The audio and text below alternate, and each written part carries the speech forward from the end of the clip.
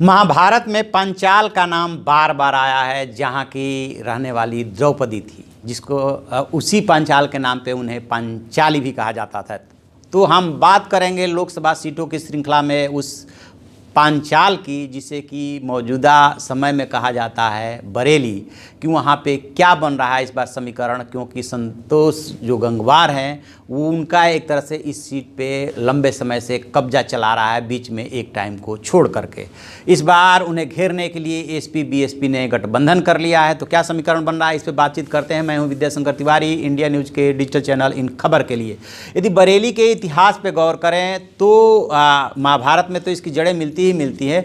मौजूदा दौर में जो वहाँ पे लगभग 17-18 लाख के आसपास मतदाता हैं, उसमें जो है एक बहुत बड़ा चंक कुर्मी वोट बैंक का बताते हैं कि 3.5 से 4 लाख कुर्मी वोट बैंक है। और संतोष गंगवार भी चूँकि इसी उससे समुदाय से आते हैं, इसलिए जो उनका सवर्ण मतदाता है उससे जैसे ही जुड़ जाता है तो जीत की उनकी पूरी की पूरी गुंजाइश बढ़ जाती है। और 2014 के यदि चुनाव की हम बात करें तो उन्हें कुल 5,18,000 वोट मिले थे और उन्होंने 2,40,000 से आयशा इस्लाम एसपी को जो है हराया था। और यदि जो इस बार गठबंधन हुआ है उसके मद्देनज़र इसका विश्लेषण करें तो 2,77,000 तो आयशा को मिला था, और जो बीएसपी से उमेश गौतम थे उनको 1,06,000 मिला था। यानी कि लगभग जो है 3,80,85,000 इनको वोट मिला था। तो उसके हिसाब से देखें तो अभी भी संतोष गंगवार भारी पड़ते हुए दिख रहे हैं। और यदि इसमें कांग्रेस के प्रवीण सिंह ऐरन जो थे वो चौथे नंबर पे थे, उनका भी जोड़ दे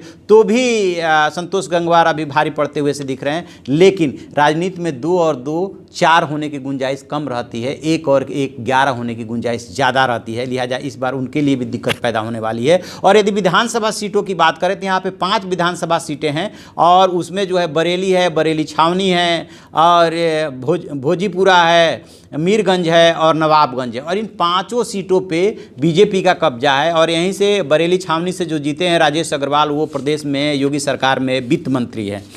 अब यदि 2009 की बात करें तो 2009 में जो यहाँ पे समीकरण बना था उसमें जो है 2009 में यहाँ पे जो है कांग्रेस ने बाजी मारी थी और प्रवीण सिंह ऐरन जो है चुनाव जीते थे।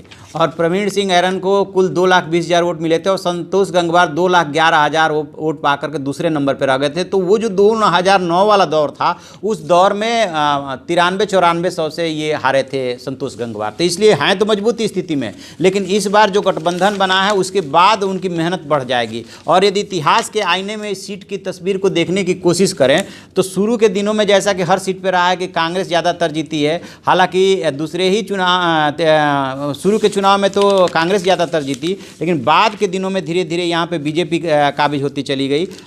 शुरू के 2 चुनाव कांग्रेस जीती थी और 62 और 67 में यहाँ से भारतीय जनसंघ जीता था। और फिर जो है 71 में कांग्रेस दोबारा यहाँ से जीती, 77 में भारतीय लोकदल आया, 80 में फिर से कांग्रेस यहाँ से जीती, और 84 में भी कांग्रेस जीती क्योंकि इंदिरा गांधी की हत्या के बाद सहानुभूति लहर वाला वो दौर था। लेकिन 89 में 89 में जो जनता दल बीपी सिंह वाला वो दौर शुरू हुआ था, उसमें जो है संतोष गंगवार भारतीय जनता पार्टी से उतरे और लगातार अब तक जीतते हुए चले आ रहे हैं, सिर्फ 2009 को छोड़ करके। जबकि वहाँ से कांग्रेस के 2009 में प्रवीण सिंह ऐरन बहुत मामूली 9-9,500 वोटों के अंतर से जीत गए थे। तो इस बार अंतर सिर्फ इतना आया है कि जो विपक्ष एक हो गया है, उसमें संतोष गंगवार के लिए थोड़ी सी राह मुश्किल हो गई है। तो देखते हैं कि आगे क्या समीकरण बनता है। तो आप ऐसी खबरों के लिए देखते रहिए हमारा डिजिटल चैनल इन खबर और उसे सब्सक्राइब कीजिए।